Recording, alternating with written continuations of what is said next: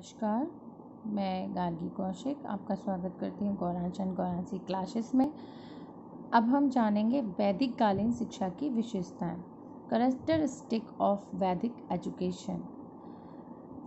वैदिक कालीन शिक्षा प्रणाली भारत में प्रचलित अब तक की समस्त प्रणालियों में सर्वश्रेष्ठ कही जा सकती है। इसकी विशेषताएं तथा प्रमुख लक्षण निम्नलिखित हैं। मैंने एक चार्ट के फॉर्म से ये आपको बताया है कि वैदिक कालीन विशेषताएं क्या हैं। सबसे पहले हम जानते हैं उत्कृष्ट धार्मिक एवं आध्यात्मिक शिक्षा।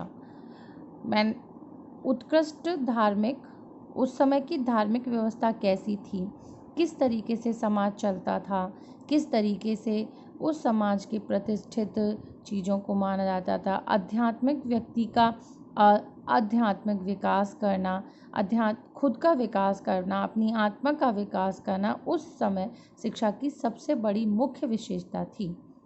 श्रेष्ठ एवं विकसित मानव का निर्माण करना, समाज की परिस्थितियों को देखकर, समाज के घटनाओं को देखकर मानव का समाज के अनुसार व्यवहार करना और उस समय की परिस्थितियों का निर्माण करना ही वैदिक शिक्षा का मूल्य कर्तव्य था।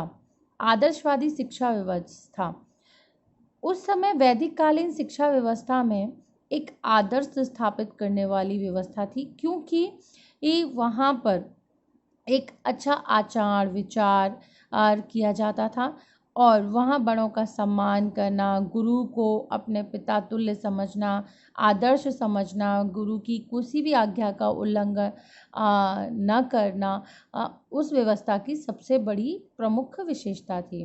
गुरु शिष्य संबंध वहाँ पर बहुत ही अच्छे थे। अगर कोई बात गुरु अपने शिष्य से कह दिया करता था तो वह उसके जीवन के लिए एक पत्थर की लकीर हो जाती थी। वह उसको पूरी श्रद्धा के साथ, निष्ठा के साथ निर्वाह करता था। अपने गुरु को कोई भी शिष्य निराश नहीं करता था, उसकी समस्त इच्छाओं का सम्मान करता था और पालन करता था। स्त्री और पुरुषों के लिए समान शिक्षा। वैदिक कालीन शिक्षा में स्त्री और पुरुष दोनों के लिए समान शिक्षा थी। उस समय स्त्रियों को भी शिक्षा प्राप्त करने का अधिकार था 25 वर्ष की अवस्था तक। इसीलिए आपको विशेष उदाहरण भी देखने को मिलते हैं। गार्गी, अपाला, घोषा, मित्रा, कैकई, ये सारे वैदिक कालीन, अनुसुईया, मैत्री, वैदेही, ये सभी वैदिक कालीन शिक्षा के महान उदाहरण हैं।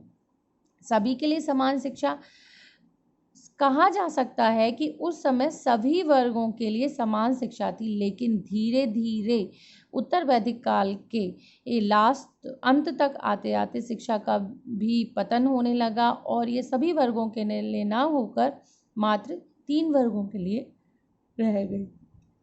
निःशुल्क शिक्षा, उस समय शिक्षा का कोई मूल्य नहीं था, निःशुल्क थी। विद्यार्थी जब शिक्षा समाप्त हो जाती थी तब गुरु को गुरु दक्षिणा देकर अपना उसका क्या करता था, एक छोटा सा गिफ्ट टाइप में या टोकन टाइप में पे किया जाता था। ये गुरु पर निर्भर करता था कि वह उससे गुरु दक्षिणा में क्या मांगेगा। शिक्षा पर राज का नियंत्रण न होना, सबसे अच्छी और सबसे बड़ी जो विशेषता मैं मानती हूँ, शिक्षा का राज पर नियंत्रण ना होना। जब शिक्षा पर किसी राज्य, राजा या संस्था का नियंत्रण होने लगता है तब शिक्षा में अपने आप ही पतन होना आरंभ हो जाता है, क्योंकि राज्य के अनुसार या उस समय के अनुसार ही शिक्षा पर बात की जाती है। लेकिन जब किसी का नियंत्रण नहीं होता है, किसी का अधिकार नहीं होता है, तो गुरु अपने हिसाब से, बच्चे के हिसाब से उस शिक्षा का क्या कर सकता है, निर्वाह कर सकता है। बच्चे में अच्छे दायित्व, अच्छे संस्कार, क्योंकि वो फ्री है। फ्री जब एजुकेशन होती है, जब नियंत्रण में नहीं होती है, तो बच्चे का अच्छा विकास किया जा सकता है। आर्थिक प्रबंध, उस व्यवस्था में बच्चे के अनुसार आर्थिक प्रबंध किया जाता था, कौशल सिखाए जाते थे, हर बच्चे को व्यावसायिक शिक्षा प्रदान की जाती थी जिससे कि बच्चा अपनी चीज़ों को सीख सके। गुरु दक्षिणा, मैंने अभी आपको बताया, निःशुल्क थी। अंत में एक गुरु टोकन टाइप में गुरु दक्षिणा लिया जाता था। उपनयन संस्कार, समावर्तन संस्कार, ये मैं आगे अभी आपको अच्छे से समझाने वाली हूँ। शिक्षक को सर्वोच्चम स्थान। गुरु और शिष्य का संबंध बताते समय मैंने आपको बताया कि शिक्षक का उस समय बहुत बड़ा स्थान था। शिक्षक की बात को विद्यार्थी बिना विरोध के, बिना किसी कारण के मान लिया था, क्योंकि वह जानता था कि शिक्षक जो कहेगा वो हित के लिए ही कहेगा। अनुशासन, उस समय अनुशासन पे बड़ा जोर दिया जाता था। विद्यार्थी को सभी नियमित कार्य सिखाए जाते थे। सुबह प्रातःकाल उठना, सभी कार्यों को करना। अर्थ के प्रति वैराग, मतलब अर्थ के प्रति वैराग का मतलब ये नहीं है कि पैसा नहीं कमाना है, वो नहीं करना है, बल्कि उतना ही धन संचय किया जाए जितनी के जीवन के लिए आवश्यकता हो। अत्यधिक धन संचय करने से व्यवस्था गड़बड़ा जाती है और सभी चीज़ों को मानना पड़ता था। ठीक है, 3 संस्कार हुआ करते थे, ये भी एक विशेषता थी। विद्यारंभ संस्कार, ये 5 वर्ष की अवस्था में गुरु तथा माता पिता द्वारा किया जाता था। इसमें बच्चे को पीले वस्त्र पहनाए जाते थे और अक्षत, रोली, हल्दी से तिलक किया जाता था और बच्चे के मुंह से ओम का उच्चारण कराया जाता था। ये सभी जातियों के लिए अनिवार्य था, यानी कि ये जो संस्कार था ये घर पे किया जाता था। ये संस्कार जो था ये घर पर किया जाता था। ठीक है, घर पर किया जाता था। इस संस्कार में बच्चा 5 वर्ष या 6 वर्ष का होता था, जिससे कि उसमें ओम वगैरह लिखवाया जाता था या पढ़वाया जाता था।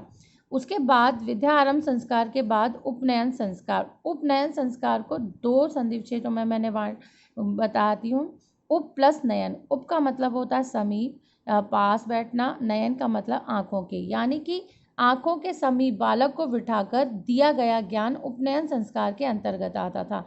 इसमें बालक जो है गुरु के संरक्षण में चला जाता था। यह वैदिक शिक्षा का पहला चरण होता था, यानी कि यह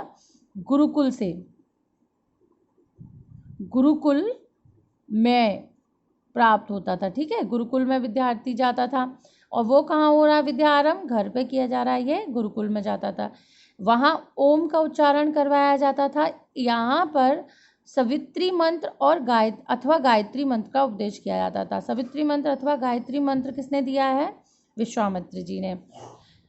इसमें वर्ण व्यवस्था 8 वर्ष की होती थी। ब्राह्मणों के लिए 8 वर्ष, क्षत्रियों के लिए 10 वर्ष, वैश्यों के लिए 12 वर्ष और शूद्र के लिए उत्तर वैदिक काल तक आते आते शिक्षा व्यवस्था धीरे धीरे समाप्त होने लगी थी।